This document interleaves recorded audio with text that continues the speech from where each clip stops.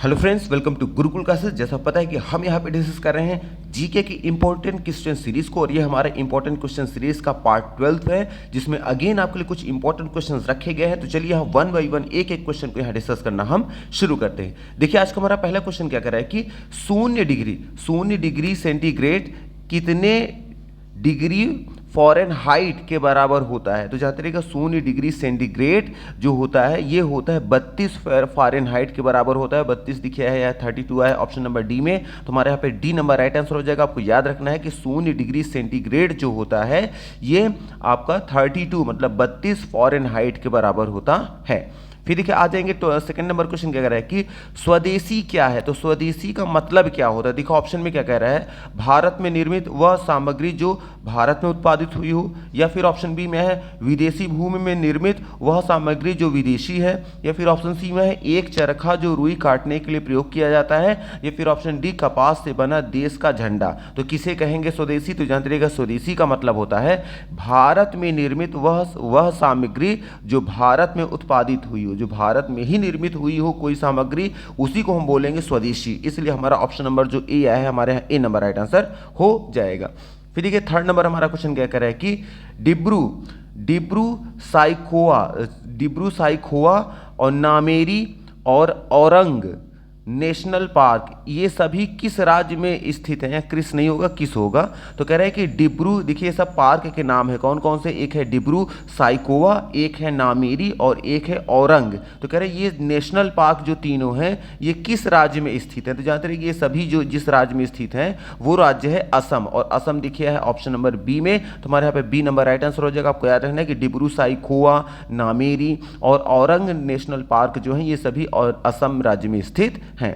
फिर देखिए आ जाएंगे नेक्स्ट नंबर हमारा क्वेश्चन कह रहा है कि भारतीय मुद्रा के नोट कहाँ मुद्रित किए जाते हैं मतलब कहाँ उनकी छपाई होती है। जो भारतीय मुद्राएं जो होती है, जो नोट होती हैं भारतीय करेंसी की, उन्हें कहाँ छापा जाता है। तो जानते रहिएगा भारतीय मुद्रा के जो नोट होते हैं ये नासिक में छापे जाते हैं, और नासिक देखिए है ऑप्शन नंबर सी में। तो हमारे यहाँ पे सी नंबर राइट आंसर हो जाएगा।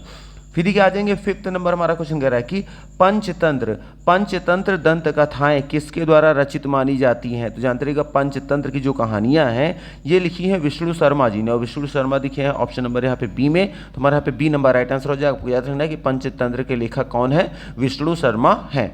फिर देखिए आ जाएंगे सिक्स नंबर हमारा क्वेश्चन कह रहा है कि माले किस देश की राजधानी है। तो जानते रहिएगा माले जो है ना ये मालदीव की राजधानी है, और मालदीव देखिए है ऑप्शन नंबर यहाँ पे सी में। तो हमारे यहाँ पे सी नंबर राइट आंसर हो जाएगा। आपको याद रखना है कि मालदीव की राजधानी क्या है, माले है।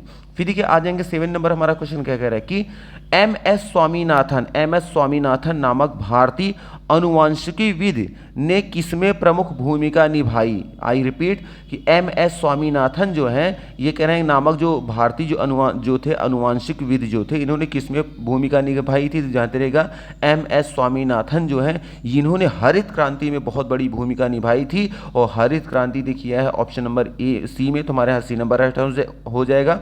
देखिए क्वेश्चन ऐसा भी आ सकता है कि भारत में हरित क्रांति को लाने वाले कौन थे, या हरित क्रांति में लाने के पीछे सबसे महत्वपूर्ण योगदान किसका था। तो वो कौन थे, एम एस स्वामीनाथन थे। ये आपको याद रखना है।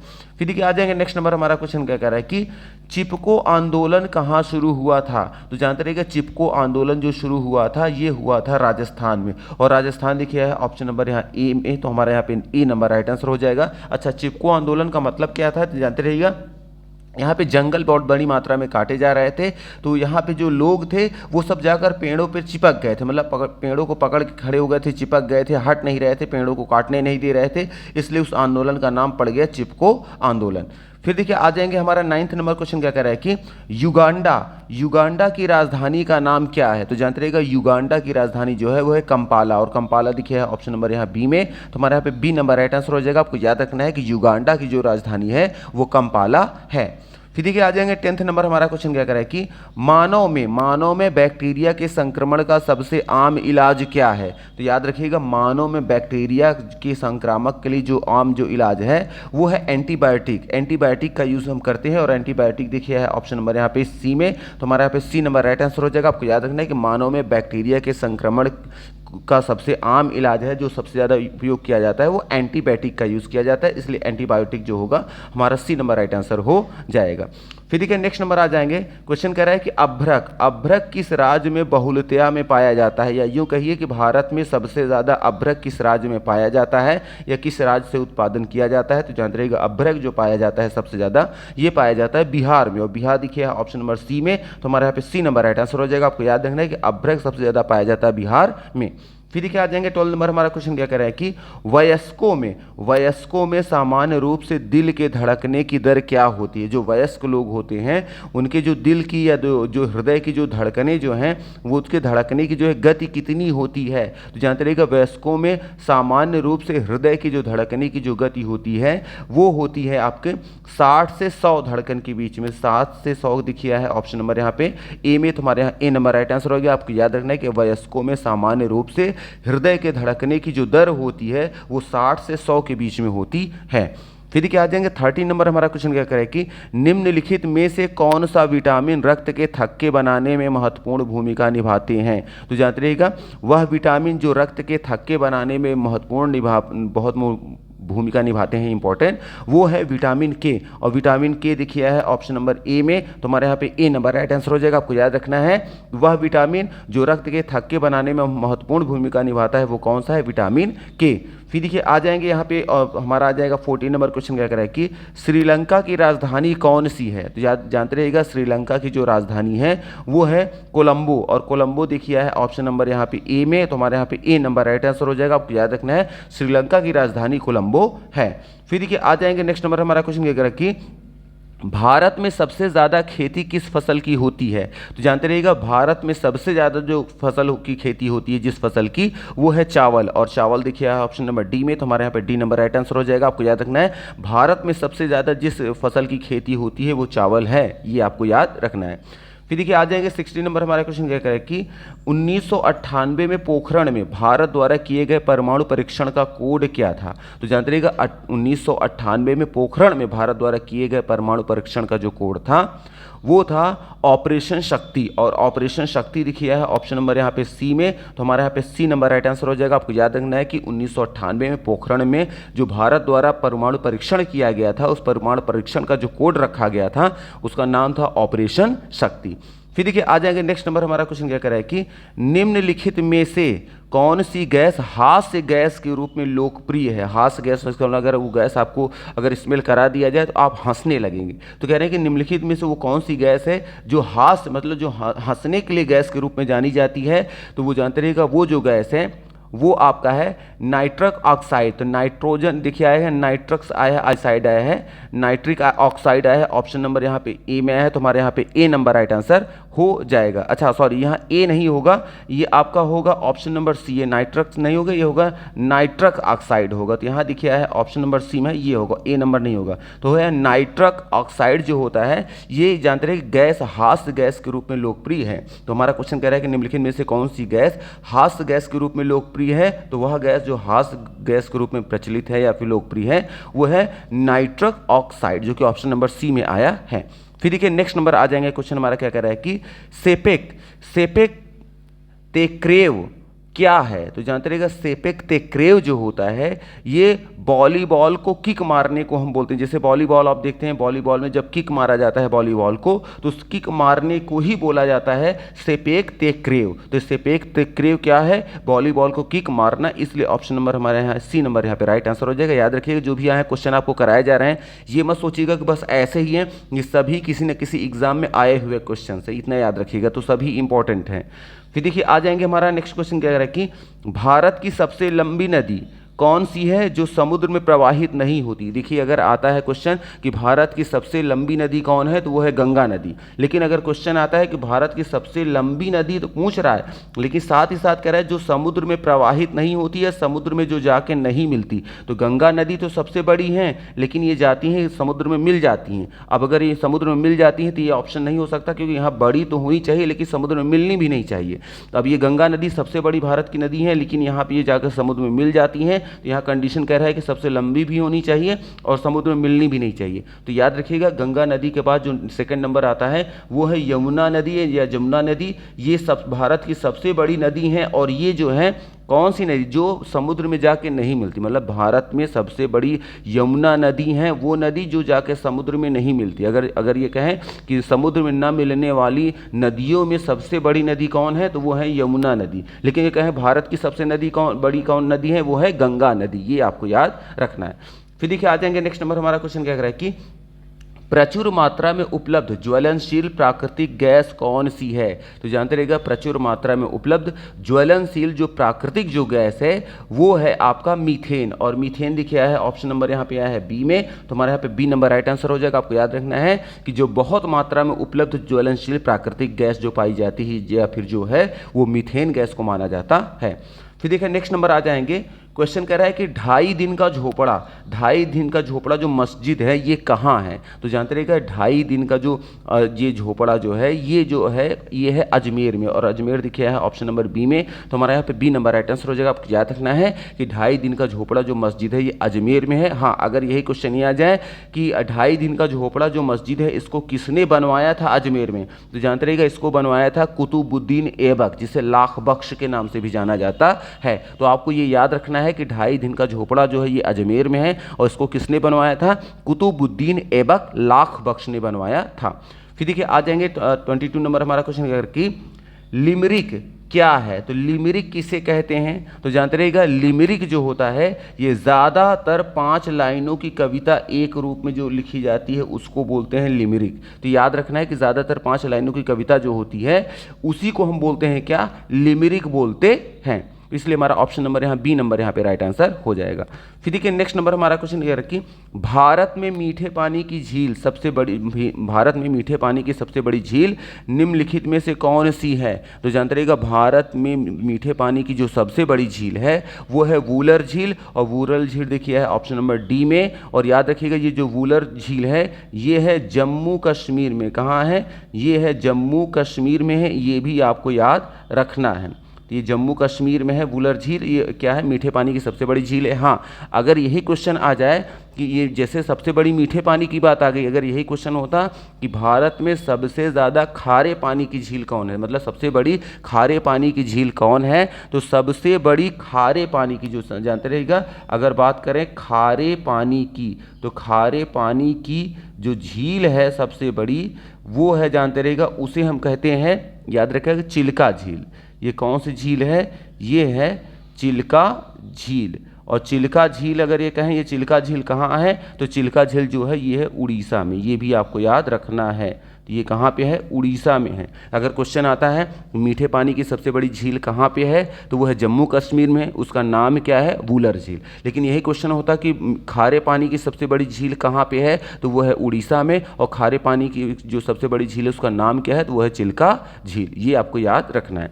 फिर देखिए आज देखते हैं 24 नंबर हमारा क्वेश्चन क्या कर रहा है कि हाइड्रोजन, हीलियम और अन्य आयनिक गैसों के तारे के बीच धूल के बादल को क्या कहा जाता है। इसका मतलब जो अंतरिक्ष में हाइड्रोजन है, हीलियम है और अन्य आयनित जो गैसें हैं इनके तारे के बीच, इन सभी के तारों के बीच में जो धूल बादल होते हैं उसको हम क्या कहते हैं। तो जानते रहिएगा हाइड्रोजन हो गया, हीलियम और अन्य आयनित गैसों के तारों के बीच में जो धूल के जो बादल होते हैं उसे कहा जाता है, याद रखिएगा, नेबुला। और नेबुला देखिए है ऑप्शन नंबर यहाँ पे सी में, तो हमारे यहाँ पे सी नंबर राइट आंसर हो जाएगा। अब जिनको नहीं पता है कि नेबुला क्या होता है वो आप गूगल में या यूट्यूब पे आप सर्च करेंगे तो आपको मिल जाएगा। ये अंतरिक्ष में है, जैसे गैलेक्सियाँ होती हैं तो उसी तरह तारे होते हैं, तारों के जो ग्रुप के बीच में जो बादल नुमा दिखता है, धूल कण जो भी मिट्टी होती है वो सारी चीज़ें जो मिल के बनाते हैं वो नेबुला होता है। नेबुला में बहुत सारे तारे आते हैं, बहुत सारे स्टार सिस्टम रहते हैं, ये याद रखिएगा।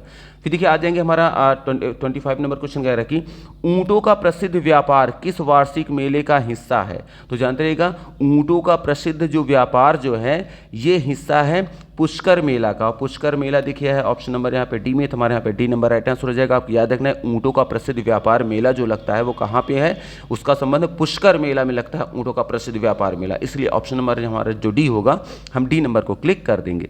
फिर देखिए आ जाएंगे 26 नंबर हमारा क्या कह रहा है कि सिग्मो क्या है। तो सिग्मो किसे कहते हैं, तो जानते रहिएगा सिग्मो जो है ना ये गोवा का वसंत ऋतु का एक महोत्सव है या एक त्यौहार का नाम है, इतना याद रखिएगा। तो गोवा का वसंत ऋतु का एक महोत्सव है या एक त्यौहार है जिसका नाम क्या है, सिग्मो है, ये आपको याद रखना है।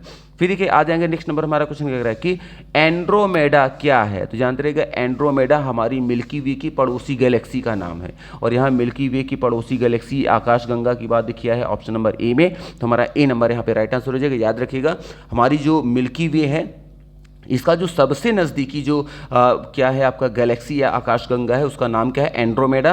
और अगर सर्च करें गूगल पे तो आपको ये भी मिल जाएगा न्यूज़ कि एंड्रोमेडा धीरे धीरे हमारे मिल्की वे के पास नज़दीक आता जा रहा है, और एक समय आएगा कि हमारी गैलेक्सी और एंड्रोमेडा गैलेक्सी दोनों की आपस में टक्कर हो जाएगी, और उस समय पूरी विश्व में क्या हो जाएगा, वो सब कुछ विनाश होएगा, हमारा पूरा स्टार सिस्टम ही नष्ट हो जाएगा, क्योंकि जब दोनों गैलेक्सियाँ आपस में टकराएंगी। तो इसका आप न्यूज़ देख लेंगे, आपको मिल जाएगा नेट पे। खैर आ जाते हैं नेक्स्ट नंबर हमारा क्वेश्चन क्या कह रहा है कि 28 नंबर क्वेश्चन है कि भारतीय खेल में HIL का पूरा नाम क्या है। तो जानते रहिएगा भारतीय खेलों में HLI का जो मतलब है वो है इंडियन हॉकी लीग, और इंडियन हॉकी लीग की बात देखिए आया है ऑप्शन नंबर यहाँ पे आया है, देखिए ऑप्शन नंबर आया है सी में। तो हमारा यहाँ पे सी नंबर यहाँ पे राइट आंसर हो जाएगा। आपको याद रखना है कि HIL का जो पूरा नाम है वो hockey India league, hockey India देखिए लीग आया है ऑप्शन नंबर यहाँ सी में। तो हमारे यहाँ पे सी नंबर यहाँ पे राइट आंसर हो जाएगा।